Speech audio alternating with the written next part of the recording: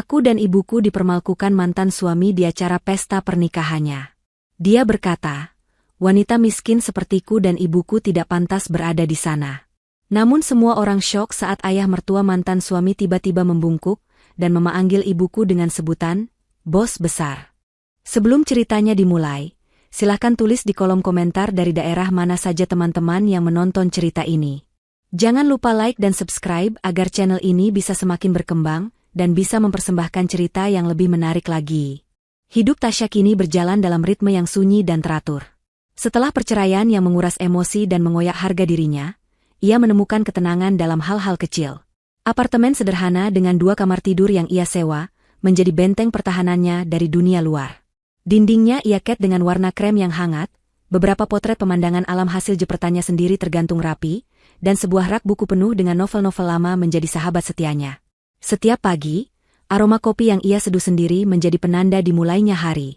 Ia bekerja sebagai desainer grafis lepas, sebuah pekerjaan yang tidak menghasilkan pundi-pundi uang melimpah, namun cukup untuk membayar sewa, membeli kebutuhan pokok, dan yang terpenting, memberinya kebebasan untuk tidak bergantung pada siapapun. Ia telah membangun kembali dunianya, puing demi puing, dari reruntuhan pernikahan yang ia kira akan abadi. Hari itu, ketenangan dunianya terusik.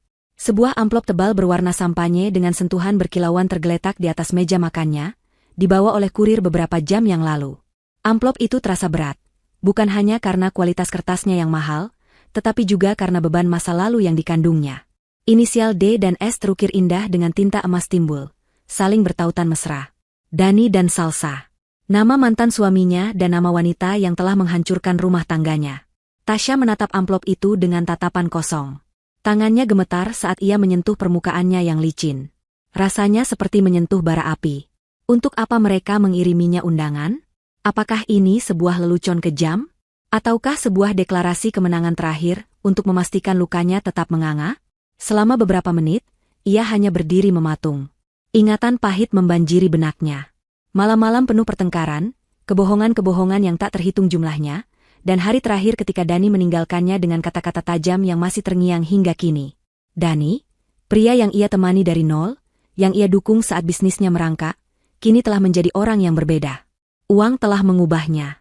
Kesuksesan membuatnya lupa daratan, dan Salsa, dengan segala pesona dan latar belakang keluarganya yang kaya raya, menjadi simbol status yang sempurna untuknya. Tasya ditinggalkan begitu saja, dianggap sebagai bagian dari masa lalu yang memalukan dan tidak lagi sepadan dengan gaya hidup barunya. Dengan napas yang tercekat, Tasya meraih amplop itu, berjalan ke dapur, dan hendak melemparkannya ke tempat sampah. Ia tidak butuh pengingat akan penghinaan ini. Ia sudah selesai dengan bab itu. Jangan dibuang, nak. Suara lembut namun tegas itu menghentikan gerakannya. Ibu Sukma berdiri di ambang pintu dapur, menatapnya dengan sorot mata yang sulit diartikan. Ibunya adalah sauh dalam badai kehidupannya. Sosok pendiam yang kekuatannya tidak terpancar dari kata-kata, melainkan dari ketenangannya yang tak tergoyahkan. Sejak perceraian itu, Ibu Sukma memilih untuk tinggal bersamanya, menjadi penopang diam-diam saat Tasya merasa dunianya runtuh. Untuk apa disimpan, Bu? Ini hanya sampah. Hanya garam yang sengaja mereka taburkan di atas luka lama. Jawab Tasya, suaranya bergetar menahan amarah dan sakit hati. Ibu Sukma berjalan mendekat. Tangannya yang mulai menunjukkan keriput usia dengan lembut mengambil amplop itu dari genggaman Tasya. Ia tidak membukanya, hanya mengamatinya sejenak. Ini bukan sampah. Ini adalah sebuah pintu, kata Ibu Sukma pelan. Pintu? Pintu menuju apa?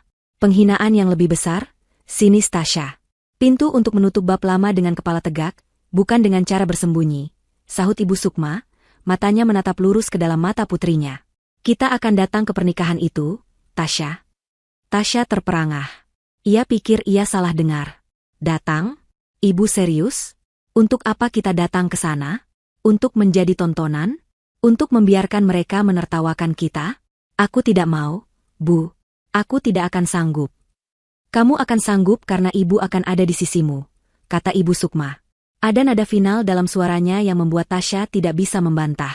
Terkadang, cara terbaik untuk menunjukkan bahwa mereka tidak bisa lagi menyakitimu adalah dengan berdiri di hadapan mereka tanpa rasa takut. Kita tidak datang untuk meratap. Kita datang sebagai tamu yang diundang. Tasya menatap ibunya, mencari secercah keraguan di wajahnya, namun tidak ia temukan. Yang ada hanyalah ketegasan yang aneh dan misterius. Mengapa ibunya begitu bersikeras? Selama ini, Ibu Sukma adalah orang yang paling menghindari drama dan konfrontasi. Keputusannya ini terasa sangat tidak biasa. Namun, Tasya tahu, membantah ibunya saat beliau sudah menunjukkan ketegasan seperti itu adalah hal yang sia-sia. Dengan berat hati, ia mengangguk pasrah. Baiklah, Bu, jika itu yang ibu inginkan. Selama beberapa hari berikutnya, suasana di apartemen terasa berbeda. Ada ketegangan yang menggantung di udara. Tasya mencoba menyibukkan diri dengan pekerjaan, namun pikirannya terus kembali pada acara pernikahan itu. Ia membayangkan tatapan sinis para tamu, senyum kemenangan Salsa, dan seringai merendahkan Dani. Perutnya terasa mulas setiap kali memikirkannya. Sementara itu, Ibu Sukma tampak biasa saja. Ia memasak, menyiram tanaman di balkon, dan membaca buku seolah tidak ada peristiwa besar yang menanti mereka di akhir pekan. Malam sebelum hari pernikahan, Ibu Sukma mengeluarkan 2 buah gaun dari lemarinya. Bukan gaun mewah bertabur permata, melainkan gaun yang sangat sederhana namun elegan. Satu gaun berwarna biru dongker selutut untuk Tasya, dengan potongan klasik yang menonjolkan keanggunan pemakainya. Satu lagi adalah kebaya modern berwarna marun lembut untuk dirinya sendiri, dipadukan dengan kain batik tulis yang coraknya syarat makna. Kita akan memakai ini, kata Ibu Sukma sambil meletakkan gaun itu di atas tempat tidur Tasya. Tasya menyentuh kain gaun itu. Bahannya terasa lembut dan berkualitas. Ini sederhana sekali, Bu. Kita akan terlihat seperti orang desa di antara mereka. Ibu Sukma tersenyum tipis. Nilai seseorang tidak ditentukan oleh gemerlap pakaiannya, Tasya, tapi oleh martabat yang ia bawa. Biarkan mereka memakai topeng kemewahan mereka. Kita akan datang dengan wajah kita yang sesungguhnya. Kata-kata ibunya sedikit menenangkan kegelisahan Tasya. Ada kebijaksanaan dalam kesederhanaan ibunya yang seringkali menjadi kompas baginya. Malam itu, ia tidak bisa tidur nyenyak. Bayangan masa lalu dan ketakutan akan masa depan menari-nari di benaknya. Ia hanya berharap bisa melewati malam terkutuk itu dengan cepat dan kembali ke kehidupannya yang tenang. Namun, jauh di lubuk hatinya, ia merasakan ada sesuatu yang lebih besar di balik semua ini. Sesuatu yang tersembunyi di balik ketenangan misterius ibunya. Sebuah firasat bahwa malam pernikahan itu tidak akan berjalan seperti yang ia bayangkan, atau seperti yang Dani dan Salsa rencanakan. Pagi harinya, saat matahari terbit, Tasya menatap pantulan dirinya di cermin. Ia melihat seorang wanita yang lelah, namun matanya memancarkan secercah tekad. Ia akan menghadapi ini. Bukan untuk Dani, bukan untuk Salsa, tapi untuk dirinya sendiri, dan untuk ibunya yang dengan berani memintanya berjalan menembus api. Perjalanan menuju Hotel Bintang 5 tempat resepsi pernikahan diadakan terasa seperti perjalanan menuju tiang gantungan. Tasya duduk diam di kursi penumpang taksi, jantungnya berdebar kencang tak beraturan. Ia bisa merasakan telapak tangannya yang dingin dan berkeringat. Di sampingnya, Ibu Sukma duduk dengan punggung tegap, menatap keluar jendela dengan ekspresi tenang yang sama, seolah mereka hanya akan pergi ke acara makan malam biasa. Kontras antara ketenangan ibunya dan kepanikan dirinya sendiri begitu tajam, membuat Tasya merasa semakin gugup.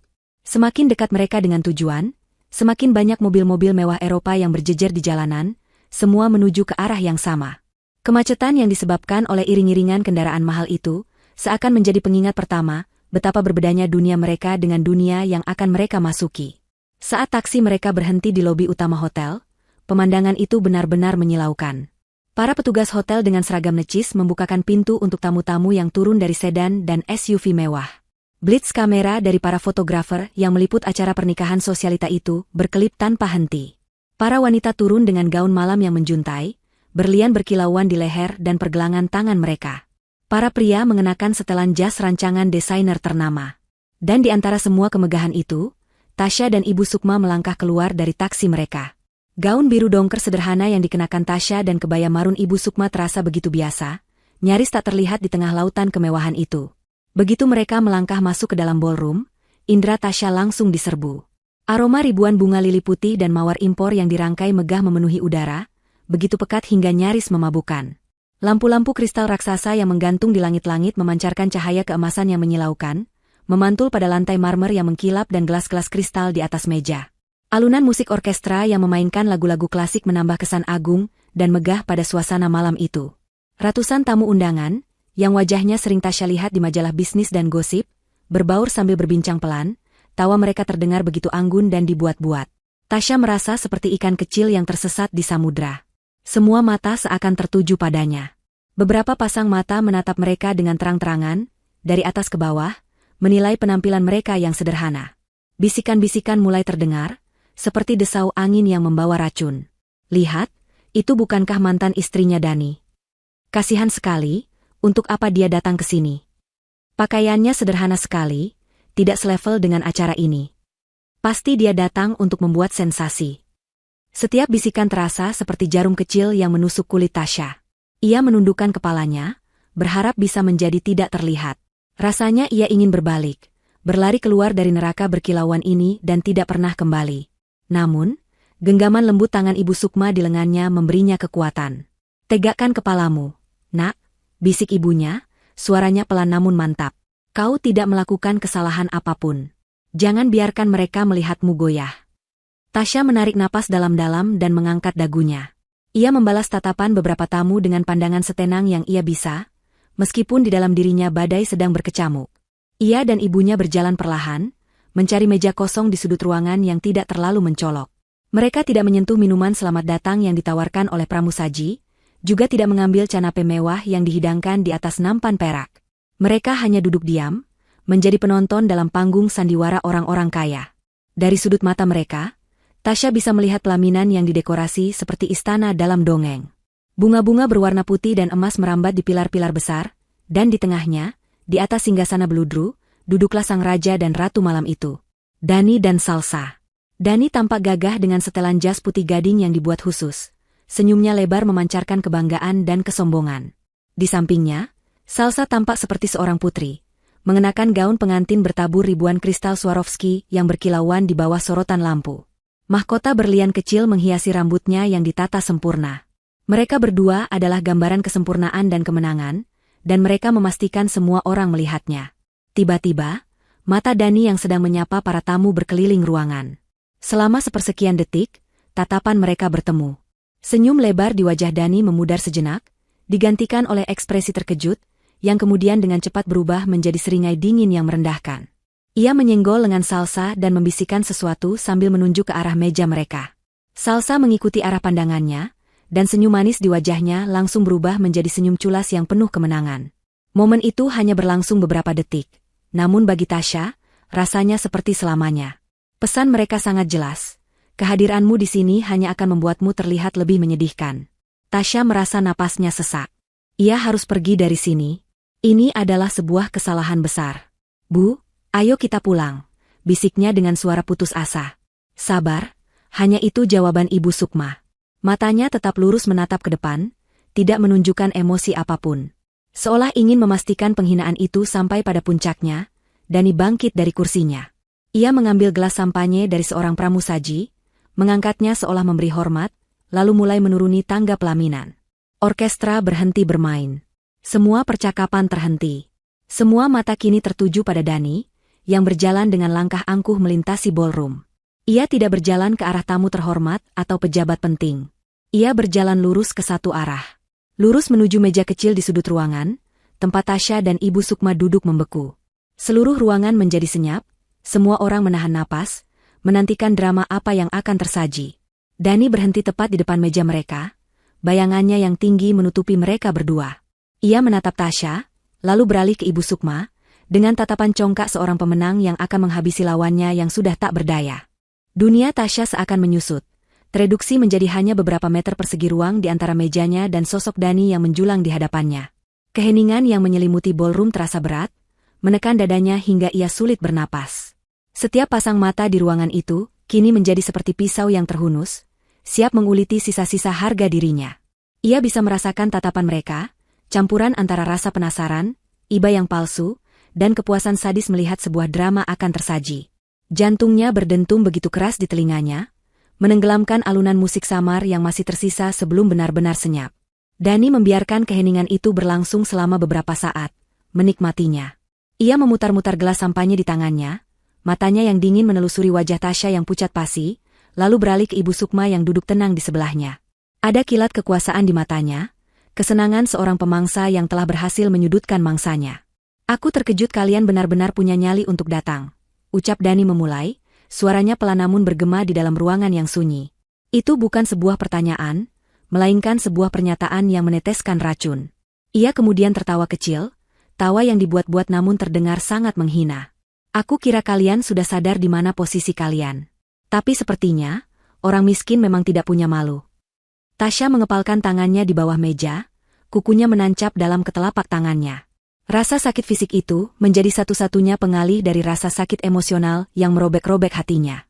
Ia ingin berteriak, memaki, atau setidaknya mengatakan sesuatu untuk membela diri. Tapi lidahnya terasa keluh, tenggorokannya tercekat. Semua kata-kata seakan mati sebelum sempat terucap. Ia hanya bisa menunduk, membiarkan rambutnya sedikit menutupi wajahnya yang memerah karena menahan malu. Melihat Tasya yang tak berdaya, kesombongan Dani semakin menjadi-jadi. Ia merasa berada di atas angin. Ia adalah raja di istananya, dan semua orang adalah penonton pertunjukannya. Ia melirik sekilas ke arah Salsa di pelaminan, yang memberinya senyum dukungan yang angkuh. Merasa mendapat persetujuan, Dani memutuskan untuk menaikkan level penghinaannya.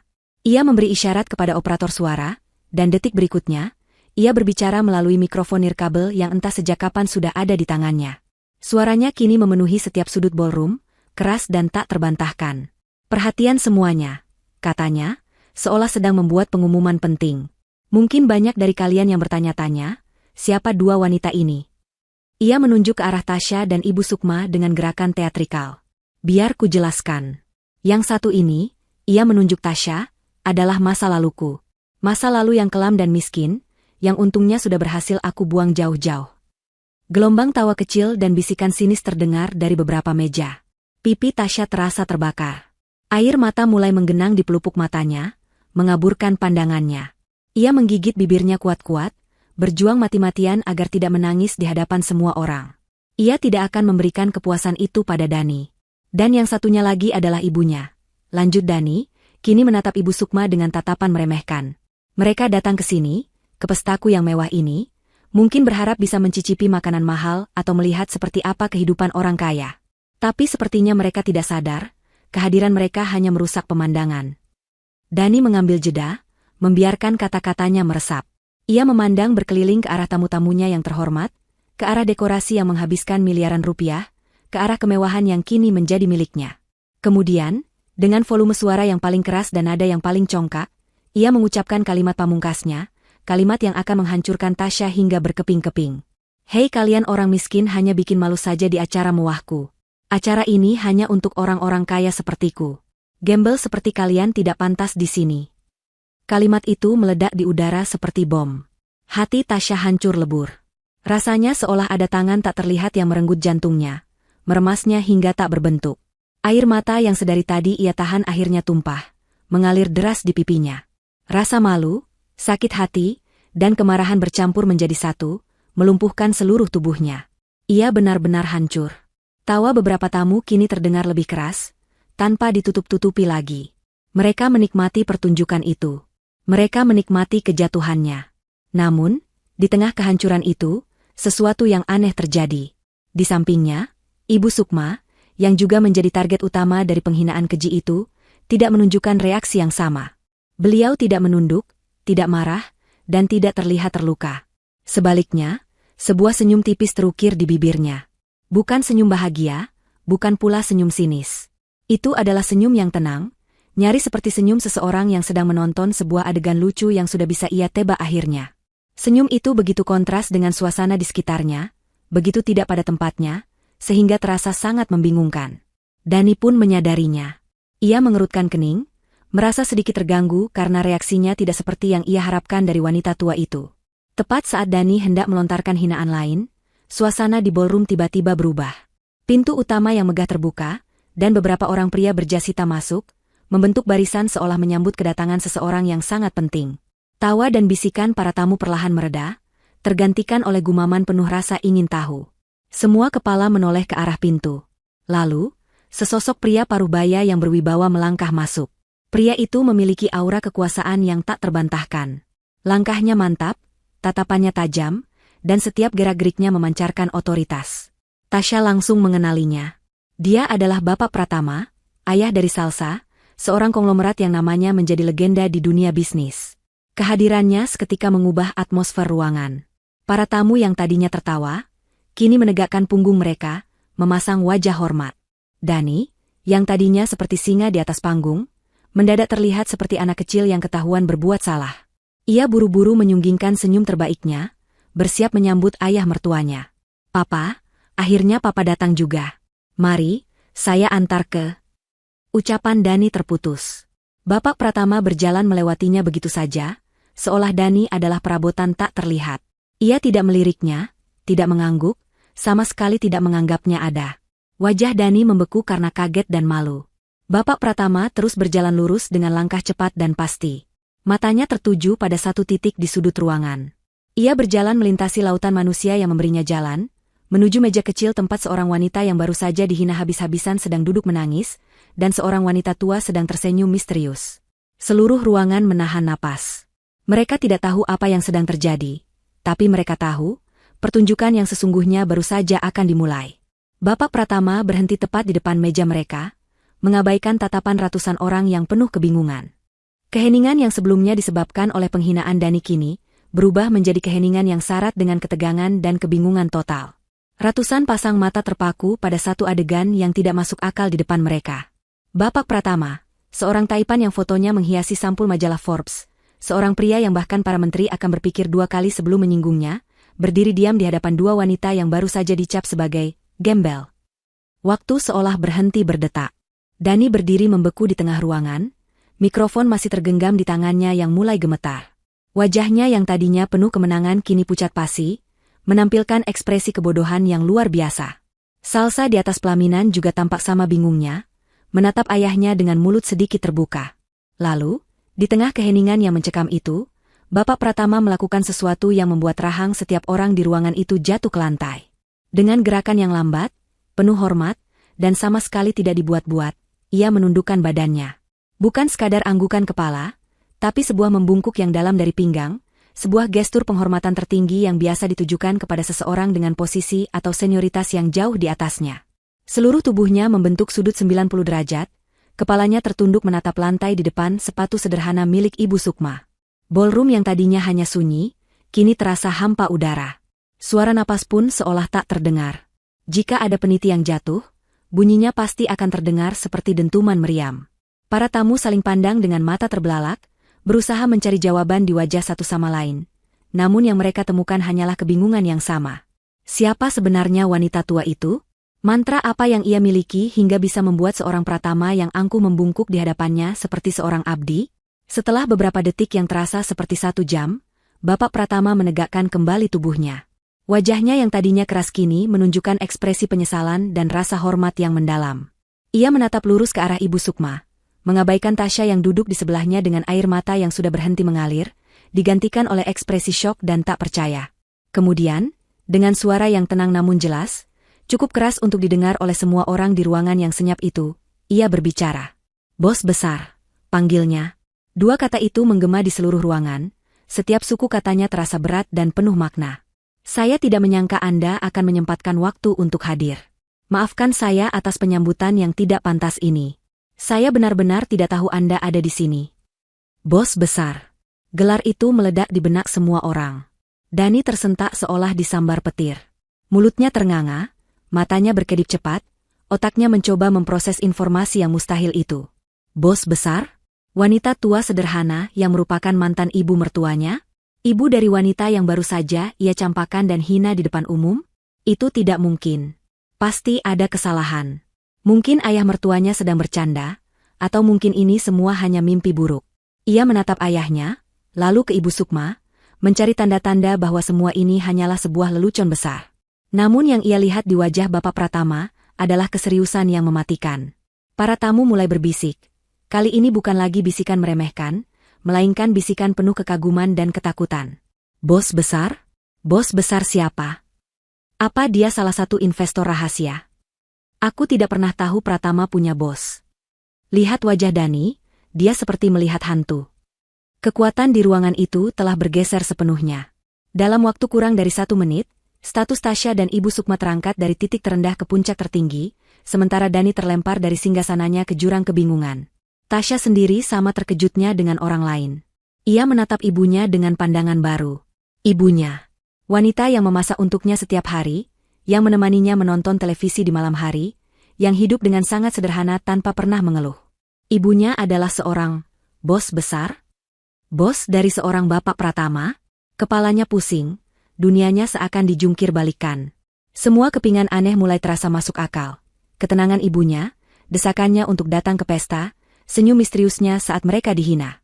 Ternyata itu bukan senyum pasrah, melainkan senyum seseorang yang tahu persis apa yang akan terjadi selanjutnya. Bapak Pratama, tanpa memedulikan kekacauan yang telah ia ciptakan, kembali berbicara kepada Ibu Sukma. "Mari, Bu. Tempat Anda bukan di sini. Saya sudah siapkan ruang VIP. Saya harus menjelaskan kebodohan yang terjadi malam ini." Ia mengulurkan tangannya, menawarkan untuk membantu Ibu Sukma berdiri, sebuah gestur yang tidak pernah ia lakukan bahkan kepada para pejabat tertinggi. Ibu Sukma akhirnya membalas tatapannya. Ia mengangguk pelan. "Tidak perlu terburu-buru, Pratama. Biarkan saja pertunjukannya selesai," katanya dengan suara yang tetap lembut, namun kini terdengar memiliki bobot otoritas yang luar biasa. Kemudian, ia menoleh ke arah Tasya yang masih membeku. "Tasya, ayo, nak." Bapak Pratama kemudian menatap putrinya, Salsa, dan menantunya, Dani, dengan tatapan yang begitu dingin dan penuh amarah, hingga keduanya bergidik ketakutan. Tatapan itu adalah sebuah janji. Janji bahwa akan ada perhitungan atas penghinaan yang baru saja mereka lakukan terhadap orang paling penting dalam hidupnya. Tanpa berkata apa-apa lagi, Bapak Pratama membalikan badan, berjalan di depan Ibu Sukma dan Tasya, membukakan jalan bagi mereka seperti seorang pengawal pribadi. Ketiganya berjalan melintasi ballroom, melewati Dani yang masih mematung seperti tiang garam, dan menuju sebuah pintu di sisi ruangan. Ratusan tamu hanya bisa memandangi mereka dengan napas tertahan, menyaksikan prosesi aneh itu. Pesta pernikahan termewah tahun ini telah berubah menjadi sebuah misteri terbesar, dan mempelai pria yang tadinya begitu sombong, kini berdiri di tengah reruntuhan pestanya sendiri, tampak seperti orang paling bodoh di seluruh dunia. Pintu kayu jati yang tebal dan berat tertutup di belakang mereka, meredam suara kekacauan di ballroom menjadi gumaman yang samar. Seketika, Tasya merasa seolah masuk ke dalam dunia yang berbeda. Ruang VIP itu adalah antitesis dari pesta di luar. Suasananya tenang dan hening, dengan pencahayaan temaram yang menenangkan. Perabotannya terbuat dari kulit berwarna gelap, sebuah karpet tebal meredam setiap langkah, dan di salah satu dinding, sebuah lukisan abstrak karya seniman ternama tergantung dengan anggun. Aroma kopi dan kayu cedar yang samar tercium di udara. Ini adalah ruang kekuasaan, tempat keputusan-keputusan besar dibuat jauh dari keramaian. Namun, bagi Tasya, tempat ini terasa seperti ruang interogasi. Kepalanya masih berputar, mencoba memahami apa yang baru saja terjadi. Bapak Pratama mempersilakan Ibu Sukma untuk duduk di sofa tunggal yang paling besar, posisi yang jelas menunjukkan siapa pemimpin di ruangan itu. Tasya duduk di sofa panjang di sebelahnya, tubuhnya terasa kaku dan canggung. Ia menatap ibunya, benar-benar menatapnya seolah baru pertama kali melihatnya. Wanita yang sama yang mengajarinya mengikat tali sepatu, yang membacakan dongeng untuknya sebelum tidur, yang memberinya sup hangat saat ia sakit. Bagaimana mungkin wanita ini adalah bos besar yang mampu membuat seorang Bapak Pratama menunduk hormat? Bapak Pratama sendiri tidak duduk. Ia berdiri di hadapan Ibu Sukma, kepalanya sedikit tertunduk, seperti seorang bawahan yang akan memberikan laporan kepada atasannya. "Bu, saya tidak bisa mengungkapkan betapa malunya saya atas kejadian malam ini," mulainya, suaranya tulus dan penuh penyesalan. "Anak itu, Dani, dan putri saya sendiri, Salsa, saya tidak tahu harus berkata apa. Saya benar-benar tidak tahu kalau Anda dan Nona Tasya adalah mantan keluarga dari mempelai pria," potong Ibu Sukma dengan tenang, menyelesaikan kalimat Bapak Pratama. "Aku tahu kau tidak tahu, Pratama. Itu memang tujuanku. Kau tahu betul aku tidak suka perhatian." Tasya mengerutkan kening. "Ibu, aku tidak mengerti. Apa semua ini? Bos besar? Apa maksud Om Pratama?" tanyanya, suaranya nyaris berbisik. Ia merasa seperti anak kecil lagi, tersesat dalam percakapan orang dewasa yang rumit. Bapak Pratama menoleh ke arah Tasya, tatapannya melembut. "Tasya, maafkan saya. Seharusnya ibumu sendiri yang menceritakannya padamu, tapi dalam situasi seperti ini, izinkan saya yang menjelaskannya," katanya dengan nada penuh hormat. Ia menarik napas dalam-dalam, seolah akan memulai sebuah kisah yang sangat penting. 25 tahun yang lalu, perusahaan yang saya bangun dari nol berada di ambang kehancuran. Saya ditipu oleh rekan bisnis saya sendiri, terlilit hutang miliaran, dan semua bank menolak memberikan pinjaman. Saya sudah di titik terendah. siap menyatakan bangkrut dan kehilangan segalanya. Ia berhenti sejenak, matanya menerawang, kembali ke masa-masa sulit itu. Saat semua pintu tertutup, seorang teman lama merekomendasikan saya untuk bertemu dengan seseorang. Seorang investor anonim yang dikenal jenius dalam strategi bisnis, tapi sangat sulit ditemui. Orang itu adalah ibumu, Sukma. Mata Tasya terbelalak. Ia menatap ibunya yang hanya duduk diam, mendengarkan cerita itu seolah itu adalah kisah orang lain. Saya menemuinya di sebuah warung kopi sederhana, sama sekali tidak terlihat seperti seorang investor raksasa. Lanjut Bapak Pratama. Saya memaparkan masalah saya, dan setelah mendengarkan selama 1 jam penuh tanpa berkata apa-apa, beliau hanya mengajukan 3 pertanyaan. 3 pertanyaan yang begitu tajam dan fundamental, yang bahkan tidak terpikirkan oleh tim konsultan terbaik saya. Keesokan harinya, beliau tidak hanya memberikan dana talangan untuk menyelamatkan perusahaan saya, tapi beliau juga memberikan sebuah cetak biru strategi baru yang brilian untuk membalikkan keadaan. Beliau tidak meminta saham dalam jumlah besar. Beliau hanya meminta satu hal, anonimitas total. Beliau akan menjadi penasihat utama saya di balik layar, otak di balik setiap ekspansi dan keputusan besar perusahaan, tapi namanya tidak boleh muncul dimanapun. Tidak ada yang boleh tahu identitasnya kecuali saya, dan beberapa orang kepercayaan saya. Cerita itu terdengar seperti plot dalam sebuah film. Tasya mencoba mencernanya. Jadi, semua kekayaan dan kekuasaan keluarga Pratama, imperium bisnis yang begitu dikagumi banyak orang, ternyata dibangun di atas fondasi pemikiran dan modal dari ibunya, wanita yang setiap hari ia lihat menyiram tanaman di balkon apartemen sewaan mereka. Ibumu bukan sekadar investor, Tasya. Beliau adalah arsiteknya. Kekayaan yang kau lihat di luar sana, Bapak Pratama menunjuk ke arah pintu, semua itu tidak akan ada tanpa kejeniusan ibumu. Panggilan, bos besar, bukan sekadar panggilan kehormatan. Itu adalah sebuah fakta. Di dalam struktur perusahaan kami yang tidak tertulis, beliaulah pemegang kendali tertinggi. Tasya merasa kepalanya ringan. Ia bersandar di sofa, napasnya terasa berat. Tapi, kenapa? Kenapa hidup sesederhana ini? Kenapa ibu membiarkanku hidup seperti ini, bekerja keras hanya untuk membayar sewa, sementara ibu? Pertanyaan itu keluar begitu saja. Sebuah campuran antara rasa tak percaya dan sedikit rasa sakit hati. Ibu Sukma akhirnya menoleh pada putrinya. Ia meraih tangan Tasya dan menggenggamnya dengan hangat. Karena ibu ingin kau tumbuh menjadi dirimu sendiri. Nak, ibu ingin kau belajar nilai kerja keras, membangun sesuatu dengan tanganmu sendiri, dan merasakan kebanggaan dari pencapaianmu, sekecil apapun itu. Kekayaan adalah sebuah beban jika kau tidak siap memikulnya. Ibu tidak ingin kau tumbuh menjadi seperti orang-orang di luar sana, katanya lembut, matanya menyeratkan cinta yang dalam. Ibu hanya menunggu waktu yang tepat untuk memberitahumu semuanya. Saat kau sudah cukup kuat untuk berdiri di atas kakimu sendiri. Dan malam ini, sepertinya waktu itu datang lebih cepat dari yang ibu duga. Penjelasan itu menampar Tasya dengan lembut. Semua pengorbanan dan kerja kerasnya selama ini ternyata adalah bagian dari sebuah pendidikan yang dirancang oleh ibunya. Pendidikan tentang karakter, bukan tentang uang. Air mata kembali menggenang di matanya.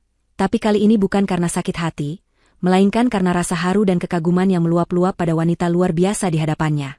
Di tengah momen emosional itu, Bapak Pratama berdeham pelan, wajahnya kembali mengeras karena amarah. Dan ada satu hal lagi yang harus kalian tahu. Sesuatu yang membuat kebodohan Dani malam ini menjadi 100 kali lebih parah. Tasya dan Ibu Sukma menatapnya, menunggu. Proyek pengembangan properti raksasa di pusat kota, proyek yang menjadi lompatan besar bagi perusahaan Dani dan membuatnya merasa seperti raja dunia. Proyek itulah yang menjadi mahar utama untuk menikahi putri saya. Jelas Bapak Pratama. Suaranya berat. Proyek itu adalah milik perusahaan saya. Dan seperti semua proyek besar lainnya, proposalnya harus melewati meja saya untuk persetujuan akhir. Tapi sebelum sampai ke saya, proposal itu harus mendapat lampu hijau dari satu orang. Bapak Pratama berhenti, menatap lurus ke arah Ibu Sukma. Tasya mengikuti arah pandangannya, dan seketika ia mengerti. Jantungnya seakan berhenti berdetak. Benar, kata Bapak Pratama, mengkonfirmasi pikiran Tasya. Persetujuan akhir untuk proyek yang menjadi fondasi seluruh kekayaan dan kesombongan Dani, diberikan langsung oleh bos besar. Dani, dengan mulutnya yang sombong itu, tidak hanya menghina mantan ibu mertuanya di depan umum. Dia telah menghina arsitek dari kesuksesannya sendiri. Dia menggigit tangan yang memberinya makan, dan malam ini, dia akan belajar betapa beracunnya gigitan itu. Saat Bapak Pratama, Ibu Sukma, dan Tasya berada dalam keheningan ruang VIP yang menegangkan, suasana di ballroom utama telah berubah menjadi kuali yang mendidih dengan gosip dan spekulasi. Musik orkestra yang mencoba bermain kembali terdengar canggung dan salah tempat. Para pramusaji bergerak dengan gugup di antara para tamu yang tidak lagi tertarik pada makanan atau minuman, melainkan berkumpul dalam kelompok-kelompok kecil, berbisik dengan penuh semangat. Panggung pelaminan yang tadinya menjadi pusat perhatian kini terasa seperti pulau terpencil yang memalukan. Dani masih berdiri di tempat yang sama, di tengah lantai dansa, seperti patung yang membeku dalam pose kebodohan. Mikrofon terlepas dari genggamannya dan jatuh ke lantai dengan bunyi gedebuk yang pelan. Wajahnya pucat seperti mayat. Panggilan, bos besar, dan sikap hormat ayah mertuanya terus berputar di kepalanya seperti kaset rusak. Itu tidak masuk akal. Ibu Sukma adalah seorang janda pensiunan guru. Setidaknya itulah yang ia tahu selama 5 tahun pernikahannya dengan Tasya. Ia tinggal di rumah kecil peninggalan suaminya, hidup dari uang pensiun. Bagaimana mungkin wanita itu adalah bos dari raksasa bisnis seperti Pratama? Otaknya menolak untuk percaya, tetapi pemandangan ayah mertuanya yang membungkuk hormat begitu nyata dan tak terbantahkan. Keringat dingin mulai membasahi keningnya. Jika itu benar, jika Ibu Sukma benar-benar bos besar, maka apa yang baru saja ia lakukan? Ia tidak hanya mempermalukan mantan istri dan mantan ibu mertuanya. Ia baru saja melakukan bunuh diri karir di depan ratusan saksi. Proyek besar yang menjadi kebanggaannya, kekayaan yang ia pamerkan, pernikahan dengan Salsa, semua itu terhubung dengan Bapak Pratama. Dan Bapak Pratama baru saja menunjukkan dengan sangat jelas di mana letak kesetiaannya. Dani, apa yang sudah kau lakukan? Suara melengking dan penuh amarah menyentakkannya dari kelumpuhannya. Salsa telah turun dari pelaminan. Gaunnya yang megah kini terlihat merepotkan saat ia menyeretnya dengan marah. Wajahnya yang tadinya cantik kini dipenuhi amarah dan kepanikan. Kau dengar apa yang papa katakan? Bos besar. Kau menghina orang yang disebut papa sebagai bos besar. Apa kau sudah gila? Aku tidak tahu. Salsa. Sungguh. Aku bersumpah aku tidak tahu. Gagap Dani, mencoba meraih tangan istrinya. Bagaimana aku bisa tahu? Dia hanya wanita tua biasa. Selama ini dia... Aku tidak peduli apa yang kau tahu, bentak Salsa, menepis tangan Dani dengan kasar. Air matanya mulai mengalir, merusak riasan mahalnya. Kau telah menghancurkan segalanya. Pesta pernikahanku, reputasiku, hubunganku dengan papa. Semua karena mulut sombongmu yang tidak berguna itu. Para tamu menonton pertengkaran itu dengan minat yang tak tersembunyi. Drama yang tersaji jauh lebih menarik daripada hidangan penutup manapun. Dani merasa semakin terpojok. Ia adalah bahan tertawaan. Raja yang mahkotanya baru saja direnggut paksa dan diinjak-injak di hadapannya sendiri. Tepat pada saat itu, pintu ruang VIP terbuka. Bapak Pratama melangkah keluar sendirian, wajahnya sekeras granit. Amarah yang terpancar dari matanya begitu kuat, membuat para tamu di dekatnya sontak mundur beberapa langkah.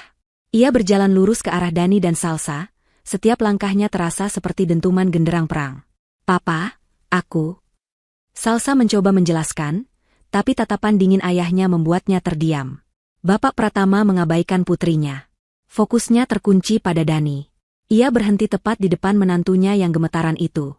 Selama beberapa detik, ia hanya menatapnya, membiarkan Dani tenggelam dalam ketakutannya sendiri. Lalu, tanpa peringatan, tangannya bergerak cepat. Plah! Sebuah tamparan yang sangat keras mendarat di pipi Dani. Suaranya begitu nyaring hingga bergema di seluruh ballroom yang hening. Kepala Dani terpelanting ke samping karena kekuatan tamparan itu. Tanda merah berbentuk telapak tangan seketika tercetak jelas di pipinya. Para tamu terkesiap kaget.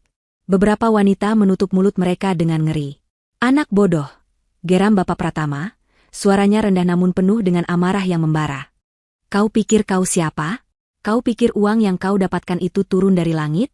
Kau pikir kau bisa berdiri di sini, di pestaku, menggunakan uangku, dan menghina orang yang paling aku hormati di seluruh dunia ini? Dani memegangi pipinya yang terasa panas, matanya dipenuhi ketakutan. Pak saya minta maaf. Saya benar-benar tidak tahu. Diam, bentak Bapak Pratama. Ketidaktahuanmu tidak bisa menjadi alasan untuk kesombongan dan kekejamanmu. Aku sudah melihat watak aslimu, Dani. Kau adalah seorang penjilat saat berhadapan dengan yang kuat, dan seorang penindas saat berhadapan dengan yang kau anggap lemah. Kau tidak punya karakter. Kau tidak punya kehormatan. Dan kau telah melakukan kesalahan terbesar dalam hidupmu. Bapak Pratama kemudian berbalik menghadap putrinya, Salsa, yang menangis tersedu-sedu. Wajahnya sedikit melembut, tetapi suaranya tetap tegas dan dingin. Salsa, dengarkan papa baik-baik. Ia menatap lurus ke mata putrinya, memastikan seluruh perhatiannya terpusat padanya. Kemudian, ia memberikan sebuah ultimatum yang akan menentukan nasib semua orang di ruangan itu. Wanita yang baru saja dihina oleh suamimu ini, Ibu Sukma, beliau lebih dari sekadar mitra bisnis bagiku. Beliau adalah mentor, penyelamat, dan sahabatku. Tanpanya, keluarga kita tidak akan menjadi apa-apa. Tanpanya, kau tidak akan bisa memakai gaun seharga mobil itu atau mengadakan pesta semewah ini. Ia berhenti, membiarkan putrinya mencerna setiap kata. Sekarang, papa memberimu pilihan. Pilihan yang sangat sederhana. Kau bisa memilih pernikahan ini, tetap bersama pria sombong dan bodoh ini, dan detik itu juga, kau bukan lagi putriku. Lupakan semua fasilitas. Lupakan warisan, lupakan nama Pratama. Atau, kau bisa membatalkan pernikahan ini sekarang juga, dan selamatkan masa depan keluarga kita, juga masa depanmu sendiri. Seluruh ruangan menahan napas. Ultimatum itu begitu kejam, begitu final. Bapak Pratama telah menarik garis di atas pasir. Ia memaksa putrinya untuk memilih antara cinta sesaatnya yang dangkal dan seluruh hidupnya yang penuh kemewahan. Mata semua orang kini tertuju pada Salsa, menunggu jawabannya. Pesta pernikahan itu telah berubah menjadi sebuah pengadilan, dan nasib Dani kini sepenuhnya berada di tangan wanita yang baru beberapa jam lalu ia janjikan sehidup semati. Seluruh dunia Salsa kini berpusat pada satu titik, wajah ayahnya yang keras dan tanpa kompromi. Ultimatum itu menggantung di udara, berat dan mematikan, menyedot semua oksigen dari paru-parunya. Di satu sisi, ada Dani, pria yang beberapa jam lalu ia cium di altar, pria yang menjanjikannya masa depan gemilang, pria yang kini menatapnya dengan mata memohon seperti anjing terlantar. Di sisi lain, ada ayahnya, sumber dari segala kemewahan yang telah ia nikmati seumur hidupnya. Gaun yang ia kenakan, perhiasan yang ia pakai, mobil yang ia kendarai, bahkan udara yang ia hirup di lingkungan elitnya, semua berasal dari kerja keras dan kekuasaan ayahnya, yang kini ia tahu, bersumber dari wanita yang baru saja suaminya hina. Pilihan itu, yang bagi orang lain mungkin terlihat sulit, bagi Salsa sebenarnya sangatlah mudah. Cintanya pada Dani dibangun di atas fondasi kesuksesan dan status. Ia jatuh cinta pada citra Dani sebagai seorang pengusaha muda yang sedang naik daun, seorang bintang baru di dunia bisnis. Ia mencintai bagaimana pria itu membuatnya iri di mata teman-temannya. Namun, sekarang, citra itu telah hancur berkeping-keping. Dani bukan seorang bintang. Ia hanyalah sebuah satelit kecil yang memantulkan cahaya dari bintang yang jauh lebih besar, bintang yang baru saja ia coba padamkan dengan kebodohannya. Pria di hadapannya bukan lagi aset, melainkan sebuah liabilitas.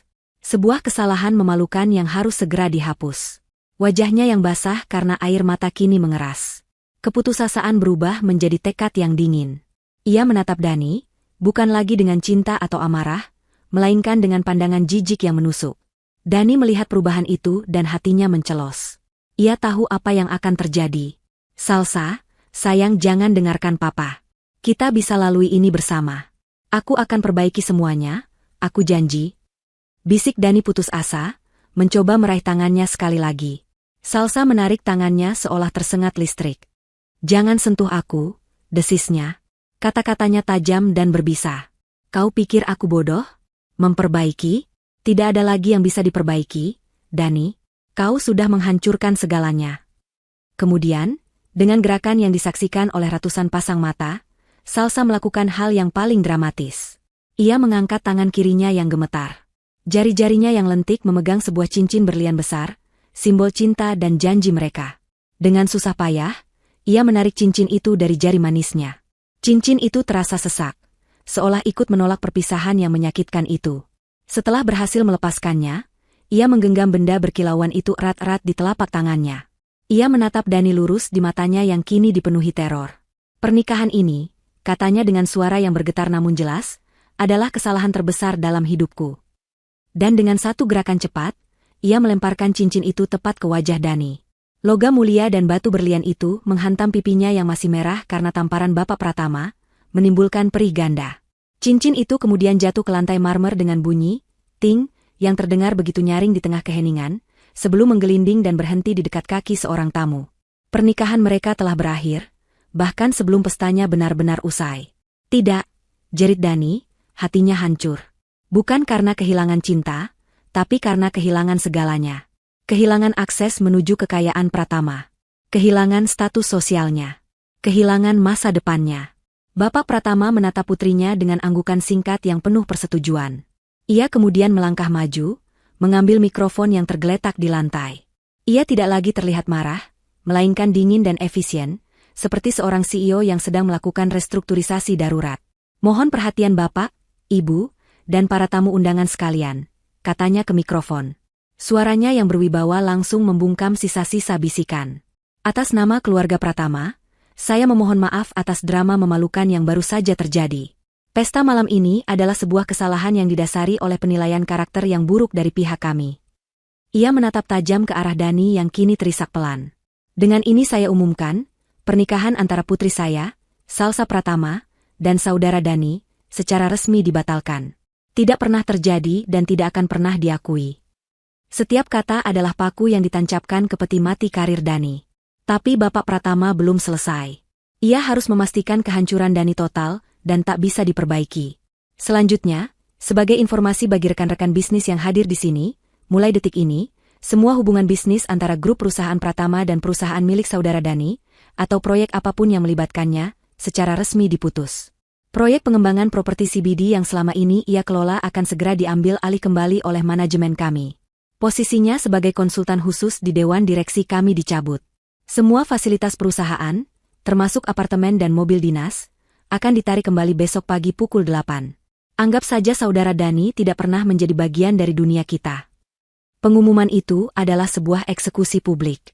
Bapak Pratama tidak hanya memecat Dani, ia menghapusnya. Ia mencabut setiap pilar yang menopang kesuksesan palsu Dani, satu persatu, di hadapan semua orang penting di kota itu. Ia memastikan tidak akan ada seorang pun yang berani berbisnis dengan Dani lagi setelah malam ini. Reputasinya hancur menjadi debu. Dani hanya bisa mendengarkan vonis matinya dengan lutut yang lemas. Ia jatuh berlutut di tengah lantai dansa yang kosong, kepalanya tertunduk dalam kekalahan total. Impiannya, kerja kerasnya, kesombongannya, semuanya lenyap dalam sekejap mata. Ia kini bukan siapa-siapa. Bahkan lebih buruk dari bukan siapa-siapa. Ia adalah sebuah lelucon, sebuah kisah peringatan yang akan diceritakan di klub-klub malam dan ruang rapat selama bertahun-tahun ke depan. Para tamu mulai merasa canggung. Pertunjukan telah berakhir. Mereka mulai berpamitan satu persatu, berjalan melewati Dani yang berlutut dengan tatapan kasihan atau cemooh. Ballroom yang tadinya penuh dengan tawa dan kemegahan, kini perlahan menjadi kosong dan sunyi, menyisakan dekorasi mewah yang terasa seperti ejekan. Bapak Pratama menggandeng lengan Salsa, membawanya pergi dari puing-puing pernikahannya. Dani ditinggalkan sendirian di tengah ruangan yang luas itu, dikelilingi oleh sisa-sisa kemewahan yang seharusnya menjadi miliknya, namun kini hanya menjadi saksi bisu dari harga sebuah kesombongan. 6 bulan telah berlalu sejak malam pernikahan yang kacau itu. Musim telah berganti, dan begitu pula nasib banyak orang. Di kalangan elit kota, malam itu telah menjadi sebuah legenda, sebuah cerita peringatan yang dibisikkan di klub-klub golf dan pesta-pesta arisan tentang bahaya dari kesombongan yang tak terkendali. Nama Dani, yang dulu sempat meroket sebagai bintang baru di dunia bisnis, kini hanya menjadi bahan lelucon pahit. Kejatuhannya begitu cepat, begitu total, dan begitu brutal hingga terasa seperti sebuah adegan dalam tragedi Yunani. Seperti yang telah dijanjikan oleh Bapak Pratama, eksekusi terhadap kehidupan Dani berlangsung cepat dan efisien. Keesokan paginya setelah pesta, tim legal dari Pratama Group sudah berdiri di depan kantornya, menyerahkan surat pemutusan semua kontrak kerjasama. Berita itu menyebar seperti api liar di kalangan bisnis. Para klien, yang tidak ingin mengambil risiko merusak hubungan mereka dengan Pratama Group, mulai menarik proyek mereka satu persatu. Para investor menuntut uang mereka kembali. Bank membekukan jalur kreditnya. Dalam waktu kurang dari sebulan, perusahaannya yang ia bangun dengan susah payah, yang menjadi simbol kesuksesannya, kolaps dan dinyatakan bangkrut. Ia harus menjual apartemen mewahnya untuk menutupi sebagian kecil dari hutangnya yang menggunung. Mobil sport yang sering ia pamerkan ditarik oleh perusahaan leasing. Teman-teman sosialitanya, yang dulu selalu tertawa mendengar leluconnya dan menepuk punggungnya, kini menghilang seperti ditelan bumi. Panggilan teleponnya tidak dijawab, pesannya tidak dibalas. Ia menjadi paria, hantu yang dihindari oleh semua orang yang dulu memujanya. Ia akhirnya tahu bagaimana rasanya menjadi tidak terlihat, menjadi seseorang yang dianggap tidak ada. Sementara itu, nasib Salsa juga tidak kalah menyedihkan, meskipun dalam bentuk yang berbeda. Bapak Pratama, yang merasa malu karena penilaiannya yang salah terhadap Dani, menjadi jauh lebih protektif dan otoriter terhadap putrinya. Pernikahan impian Salsa yang hancur menjadi pengingat pahit atas kebodohannya. Sebagai cara untuk memperbaiki citra keluarga dan mengikat aliansi bisnis yang lebih kuat, Bapak Pratama menjodohkannya dengan putra seorang kolega bisnisnya dari luar negeri. Salsa tidak punya pilihan selain menurut. Ia kini hidup dalam sangkar emas. Menikah dengan pria yang tidak ia cintai, hidupnya diatur dan dikendalikan sepenuhnya oleh ayahnya. Kemewahannya tetap ada, tetapi kebebasannya telah direnggut sebagai harga atas kesalahannya. Dan Dani? Setelah kehilangan segalanya, ia terpaksa menelan harga dirinya dan mencari pekerjaan apapun yang bisa ia dapatkan untuk bertahan hidup. Tanpa reputasi, tanpa koneksi, dan dengan nama yang sudah masuk daftar hitam di dunia korporat, tidak ada perusahaan terkemuka yang mau menerimanya. Ia akhirnya mendapatkan pekerjaan melalui sebuah agen penyalur tenaga kerja tingkat rendah. Sebuah pekerjaan yang tidak memerlukan ijazah, hanya membutuhkan tenaga fisik dan kemauan untuk tidak banyak bertanya. Pagi itu, di lobi Pratama Tower, gedung pencakar langit megah yang menjadi pusat imperium bisnis Bapak Pratama, seorang pria dengan seragam biru kusam sedang mendorong troli pembersih. Wajahnya kuyu, bahunya merosot karena lelah. Kantung mata yang gelap menghiasi bawah matanya yang dulu berbinar angkuh, kini tampak kosong dan tak bernyawa. Rambutnya yang dulu selalu ditata rapi kini sedikit panjang dan lepek karena keringat. Dia adalah Dani. Ironi nasib yang begitu kejam telah menempatkannya di sini, bekerja sebagai petugas kebersihan di gedung yang sama yang pernah ia masuki sebagai calon menantu terhormat sang pemilik. Setiap hari adalah siklus penghinaan yang sunyi. Ia harus membersihkan jejak sepatu para eksekutif muda yang seusianya, yang menatapnya tanpa minat, sama sekali tidak menyadari bahwa petugas kebersihan di hadapan mereka adalah orang yang sama yang 6 bulan lalu fotonya terpampang di majalah bisnis. Ia mengepel lantai marmer yang mengkilap, melihat pantulan dirinya yang menyedihkan. Ia membersihkan toilet, menggosok noda-noda yang ditinggalkan oleh orang-orang yang hidupnya pernah ia impikan. Tidak ada yang lebih menghancurkan ego selain menjadi tak terlihat di pusat dunia yang pernah ingin kau taklukkan. Ia sedang beristirahat sejenak, menyandarkan tubuhnya yang lelah pada troli, ketika lift pribadi di seberang lobi berbunyi, ting, pelan. Pintu stainless steel yang berkilauan itu terbuka dengan mulus. Dani tidak terlalu memperhatikannya. Paling-paling hanya salah satu dewan direksi yang akan melewatinya tanpa melirik. Namun, sosok yang melangkah keluar dari lift itu membuatnya membeku seketika. Seluruh udara seakan tersedot dari paru-parunya. Wanita itu adalah Tasha. Tapi ini bukan Tasha yang ia kenal. Bukan Tasha, sang istri pendiam yang dulu selalu berjalan di belakangnya. Bukan pula Tasha, wanita malang yang menangis di pesta pernikahannya. Wanita yang berdiri di hadapannya kini adalah pribadi yang sama sekali berbeda. Ia mengenakan setelan blazer berwarna krem yang dipotong sempurna, memancarkan profesionalisme dan keanggunan. Rambutnya yang dulu hanya diikat sederhana kini ditata dalam gaya bob modern yang membingkai wajahnya yang tampak lebih tegas dan percaya diri. Di tangannya, ia membawa sebuah tablet dan tas kulit yang tampak mahal. Langkahnya mantap dan penuh tujuan saat ia berjalan melintasi lobi, berbincang pelan dengan seorang pria berjas yang mengikutinya dengan penuh hormat, yang Dani kenali sebagai salah satu manajer senior di perusahaan itu. Dani menyusut di balik trolinya, berharap lantai bisa menelannya hidup-hidup. Ia menarik topinya lebih rendah, menundukkan kepalanya, berdoa agar Tasha tidak melihatnya. Tasha berjalan melewatinya, begitu dekat hingga Dani bisa mencium aroma parfumnya yang lembut dan berkelas. Aroma kesuksesan. Aroma dunia yang telah hilang darinya. Namun, saat Tasha hampir melewatinya, langkahnya melambat sejenak. Ia menoleh sedikit, matanya yang tajam seakan melirik ke arah petugas kebersihan yang bersembunyi di sudut. Selama sepersekian detik, pandangan mereka bertemu. Di mata Tasha, Dani tidak melihat kebencian, tidak melihat kemenangan, tidak juga melihat rasa kasihan. Yang ia lihat hanyalah pengakuan sekilas yang dingin dan netral. Seolah-olah ia sedang melihat perabot tua dari masa lalu yang sudah tidak memiliki arti apa-apa lagi. Kemudian, Tasha kembali memalingkan wajahnya ke depan dan melanjutkan langkahnya tanpa henti, keluar melalui pintu kaca otomatis yang megah, menuju sebuah sedan hitam yang sudah menunggunya. Dani berdiri gemetar, bersandar pada trolinya untuk menopang tubuhnya yang lemas. Momen singkat itu terasa lebih menyakitkan daripada tamparan Bapak Pratama, lebih menghancurkan daripada lemparan cincin Salsa. Karena di mata Tasha tadi, ia telah melihat kebenaran yang paling pahit. Ia bukan lagi seorang musuh, bukan lagi mantan suami, bukan lagi sesuatu yang penting. Baginya, Dani hanyalah debu di lantai yang akan segera disapu bersih dan dilupakan. Karma telah selesai dengannya, dan hukumannya adalah menjadi tidak berarti. Sementara badai menghancurkan kehidupan Dani di luar, di dalam ruang VIP, Tasha dan Ibu Sukma sedang bersiap untuk pergi. Setelah mendengar semua penjelasan, Tasya merasa campur aduk.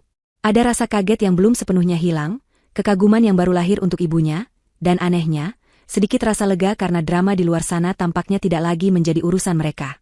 Ibu Sukma, setelah memastikan putrinya tenang, bangkit dari sofa. Beliau merapikan kebayanya yang sedikit kusut, wajahnya kembali menunjukkan ketenangan yang sama seolah tidak ada hal luar biasa yang terjadi. Ayo kita pulang, Nak. Sudah cukup untuk 1 malam, kata Ibu Sukma pelan. Tasya mengangguk. Ia juga ingin segera pergi dari tempat ini, kembali ke apartemen mereka yang sederhana namun damai. Ia ingin duduk bersama ibunya dan mendengar lebih banyak cerita, mencoba memahami kehidupan ganda yang telah dijalani ibunya selama ini. Mereka berjalan menuju pintu, siap untuk menyelinap keluar melalui pintu samping yang telah ditunjukkan oleh salah satu staf Bapak Pratama untuk menghindari keramaian. Namun, saat Tasya baru saja membuka pintu, sesosok tubuh menerobos masuk dengan kasar. Dani. Penampilannya benar-benar menyedihkan.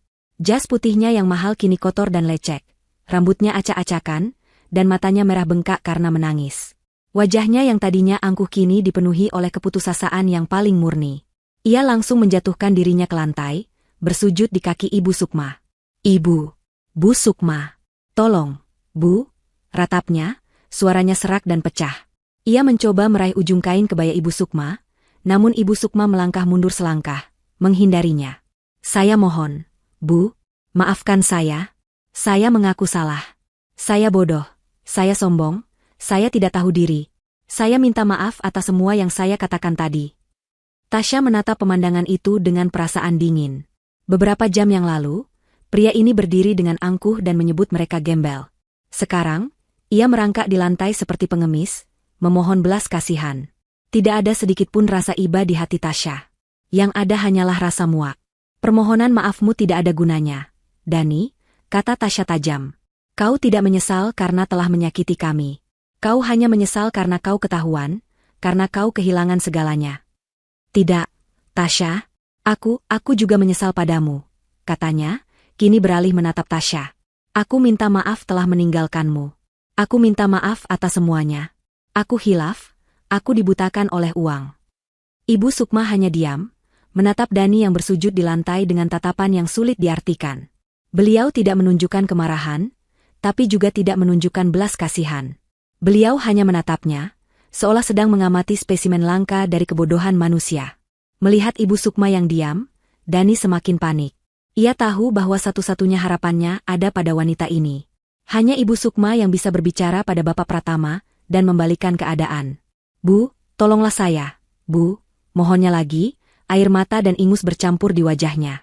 Bicara pada Pak Pratama, Bu. Katakan padanya untuk memberi saya kesempatan kedua. Saya akan melakukan apa saja. Saya akan menjadi pelayan ibu seumur hidup. Saya akan menyerahkan seluruh perusahaan saya pada ibu.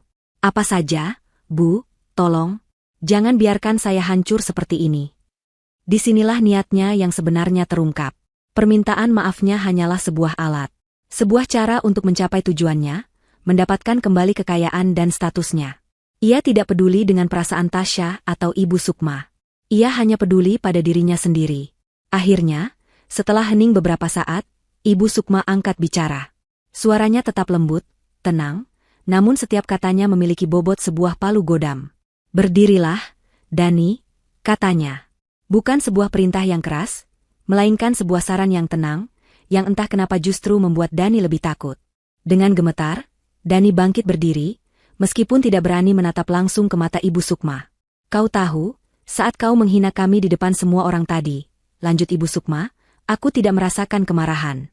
Aku hanya merasakan kasihan.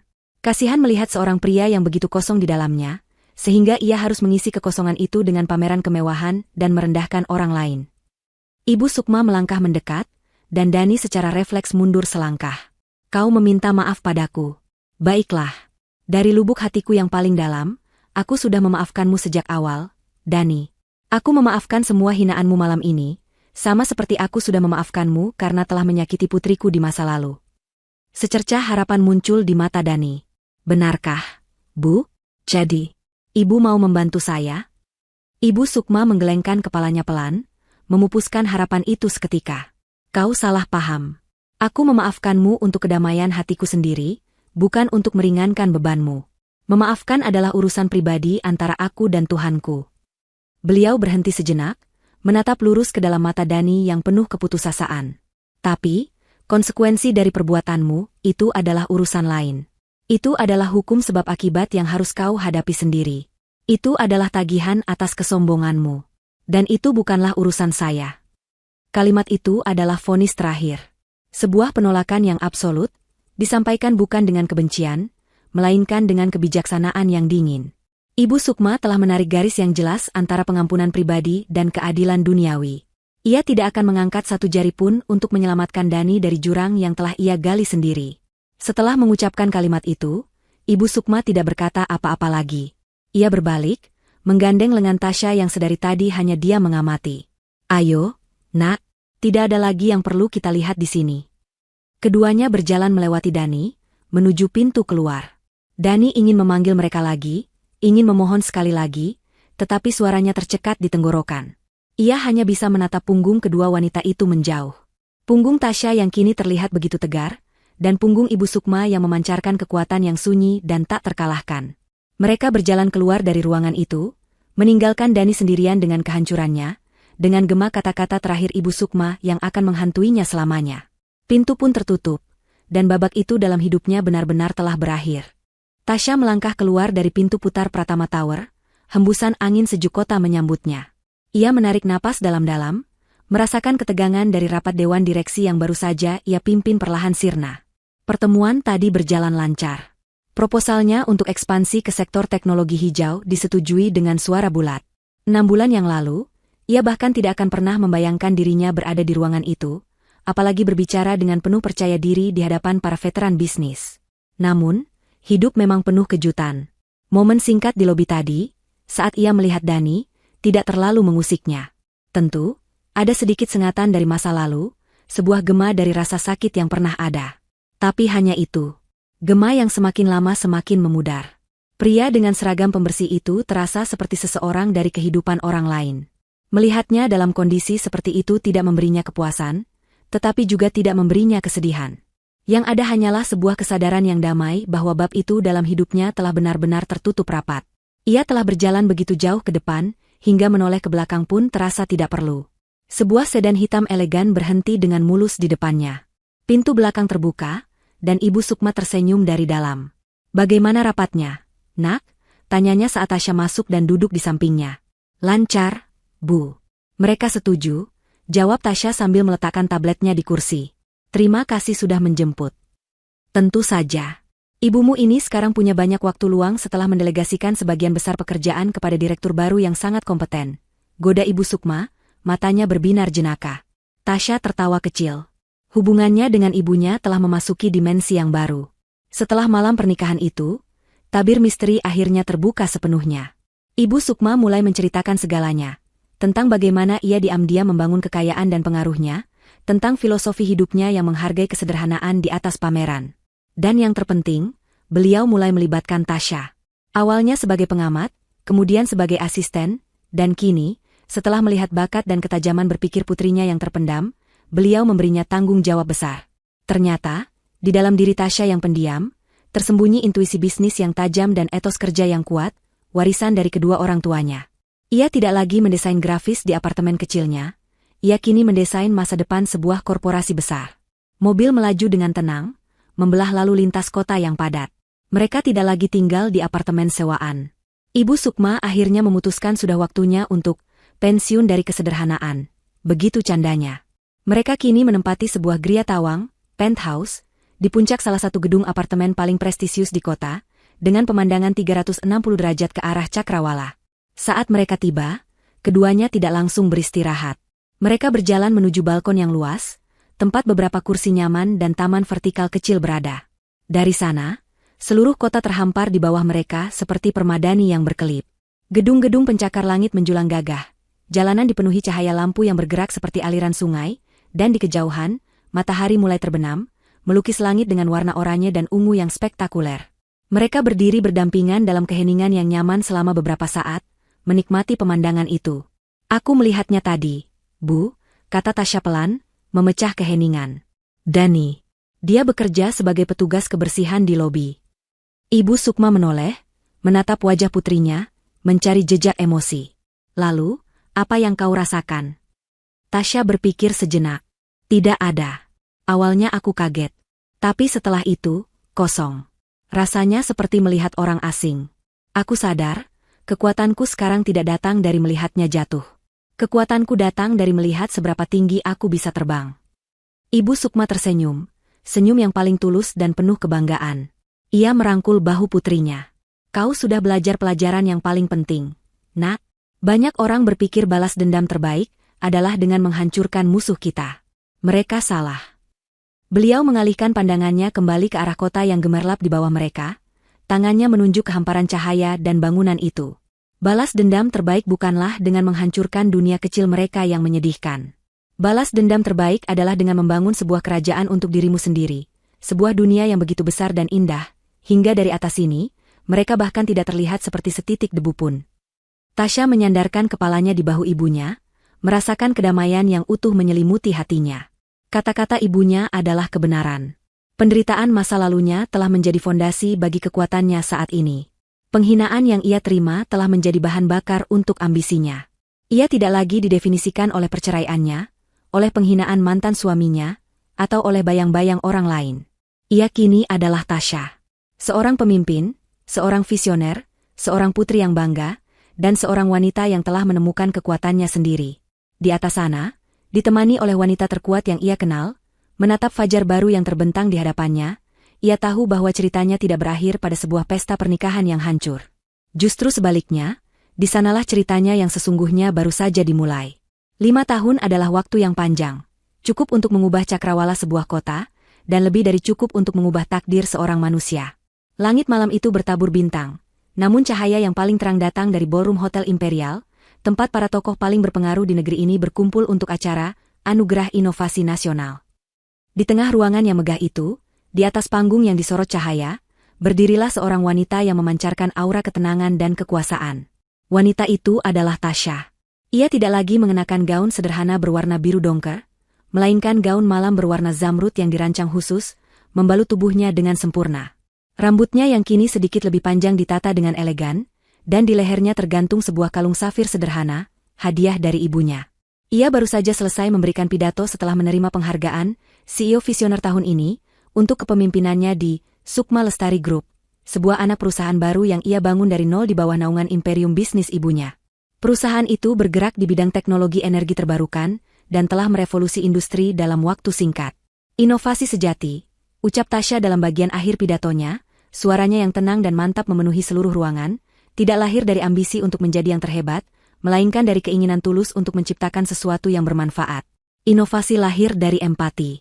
Terima kasih. Tepuk tangan yang meriah membahana saat ia tersenyum dan mengangguk hormat, sebelum berjalan menuruni panggung. Orang pertama yang menyambutnya adalah seorang pria jangkung dengan senyum hangat dan mata yang cerdas. Namanya Bima, seorang arsitek ternama yang telah menjadi pasangannya selama 2 tahun terakhir. Ia tidak menyambut Tasya dengan pelukan posesif, melainkan dengan genggaman tangan yang erat dan tatapan penuh kekaguman. Pidato yang luar biasa, bisik Bima. Kau tidak hanya memenangkan penghargaan, kau memenangkan hati semua orang di ruangan ini. Aku hanya mengatakan yang sebenarnya, jawab Tasya sambil tersenyum. Hubungannya dengan Bima adalah antitesis dari masa lalunya. Mereka bertemu bukan dalam keadaan saling membutuhkan, melainkan sebagai 2 individu utuh yang saling mengagumi karya dan pemikiran masing-masing. Cinta mereka dibangun di atas fondasi kemitraan dan rasa hormat yang mendalam. Dari seberang ruangan, di sebuah meja utama, 2 pasang mata menatapnya dengan penuh kebanggaan. Yang pertama adalah Ibu Sukma. Usianya mungkin bertambah, namun sorot matanya semakin bijaksana. Beliau kini secara resmi telah pensiun dari semua urusan operasional, menyerahkan kendali sepenuhnya kepada Tasya. Perannya kini adalah sebagai ketua Dewan Penasihat, seorang matriark bijaksana yang kehadirannya saja sudah cukup untuk memberikan arahan. Kebahagiaan terbesarnya kini adalah melihat putrinya, yang pernah ia khawatirkan akan hancur oleh kejamnya dunia, kini justru menjadi salah satu tokoh yang membentuk dunia itu menjadi lebih baik. Di samping Ibu Sukma, duduklah Bapak Pratama. Hubungan mereka telah berubah dari sekadar hubungan bisnis menjadi persahabatan yang tulus. Ia melihat Tasya layaknya putrinya sendiri, seorang putri yang mewarisi kejeniusan ibunya namun dengan sentuhan kepemimpinan modern yang ia kagumi. Ia sering bercanda bahwa investasi terbaik yang pernah ia lakukan bukanlah pada sebuah perusahaan, melainkan pada sebuah persahabatan puluhan tahun yang lalu di sebuah warung kopi sederhana. Imperium bisnis mereka yang kini menyatu dalam berbagai proyek kolaborasi menjadi kekuatan dominan di kancah ekonomi nasional, sebuah kekuatan yang dibangun di atas fondasi kepercayaan, bukan pengkhianatan. Namun, tidak semua orang di meja itu berbagi kebahagiaan yang sama. Di salah satu sudut, duduklah Salsa. Ia tampak cantik seperti biasa, dibalut gaun dari desainer Eropa dan perhiasan berlian yang tak terhitung harganya. Pernikahan hasil perjodohan yang diatur ayahnya memberinya semua kemewahan material yang bisa dibayangkan. Namun, matanya kosong. Suaminya, seorang pria dingin yang lebih mencintai neraca keuangan daripada istrinya, sedang sibuk berbincang bisnis di telepon. Salsa menghabiskan malam itu, seperti malam-malam lainnya, dengan menggulir layar ponselnya. Ia melihat foto-foto Tasya di media sosial yang diunggah oleh para tamu. Tasya di atas panggung, Tasya yang tertawa bahagia bersama Bima, Tasya yang tampak hidup dan bersemangat. Setiap foto terasa seperti tamparan. Ia memiliki segalanya, namun tidak memiliki apa-apa. Ia hidup dalam kemewahan, tetapi terpenjara dalam kebosanan dan ketiadaan tujuan. Karmanya bukanlah kemiskinan, melainkan kekosongan abadi, sebuah pengingat terus-menerus akan pilihan salah yang ia buat malam itu. Di belahan lain kota, jauh dari gemerlap lampu ballroom, hujan gerimis membasahi jalanan yang berlubang. Di dalam sebuah mobil sedan tua buatan Jepang, seorang pria duduk di belakang kemudi, menunggu pesanan berikutnya masuk ke aplikasi ojek online-nya. Pria itu adalah Dani. Usianya baru pertengahan 30-an, namun wajahnya tampak 10 tahun lebih tua.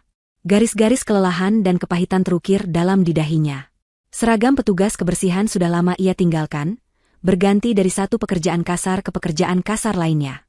Menjadi kuli bangunan, petugas gudang, dan kini, pengemudi online. Hidupnya adalah sebuah repetisi yang monoton dan melelahkan. Bangun sebelum fajar, berkendara hingga larut malam hanya untuk mengejar setoran dan bonus yang tak seberapa. Ia tinggal di sebuah kamar kos sempit di pinggiran kota, tempat di mana aroma apak dan suara bising lalu lintas menjadi teman setianya. Ia tidak lagi memiliki teman. Rasa malu dan egonya yang hancur membuatnya menjauh dari sisa-sisa keluarga yang mungkin masih mau menerimanya. Ia hidup dalam keterasingan total, dihantui oleh kenangan akan kemewahan yang pernah ia cicipi dan kebodohan monumental yang merenggut semuanya. Malam itu, saat sedang menunggu orderan, sebuah notifikasi berita muncul di layar ponselnya yang retak.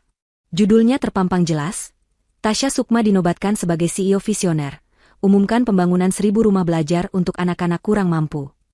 Di bawah judul itu, ada sebuah foto. Foto Tasya di atas panggung, memegang piala penghargaannya, tersenyum dengan anggun. Di sampingnya, disisipkan foto lain yang menunjukkan Tasya saat meninjau lokasi proyek sosialnya, ditemani oleh Bima yang merangkulnya dengan bangga.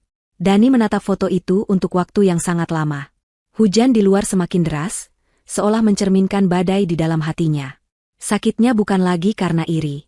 Rasa iri sudah lama mati, terkikis oleh keputusasaan.